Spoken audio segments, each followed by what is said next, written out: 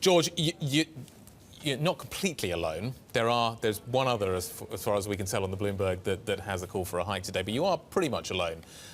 Why do you think that the bank is going to deliver a hike today, and why do you think the market's got it wrong?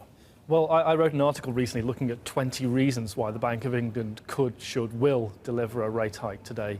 And I'm not going to bore you with all of those 20 reasons, but give us the top few. Some of the key ones are things like the economy is recovering, the global economy is recovering. The last time we talked about rate hikes, we did not have a synchronized global recovery, which we do now.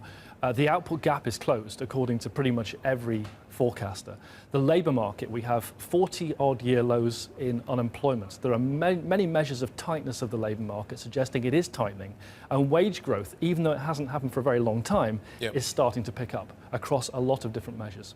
The Bank of England's own inflation forecast, we'll find out more, of course, at 12 o'clock today when they publish the inflation report, but their own inflation forecast at the end of the forecast horizon is rising further above the 2% level. And that's nothing to do with the fall in sterling.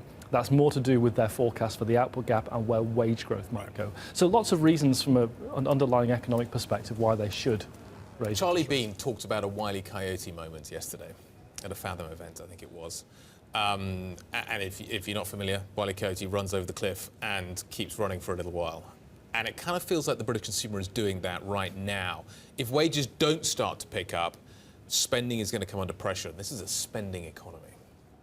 It is, and I think we already have seen retail sales come under pressure. Of course, the latest retail sales number was quite positive, and even the British Retail Consortium and other measures of retail sales have been reasonably positive. We've seen the saving ratio fall quite significantly, but that probably underlines how confident consumers are. I mean, after all, they have jobs.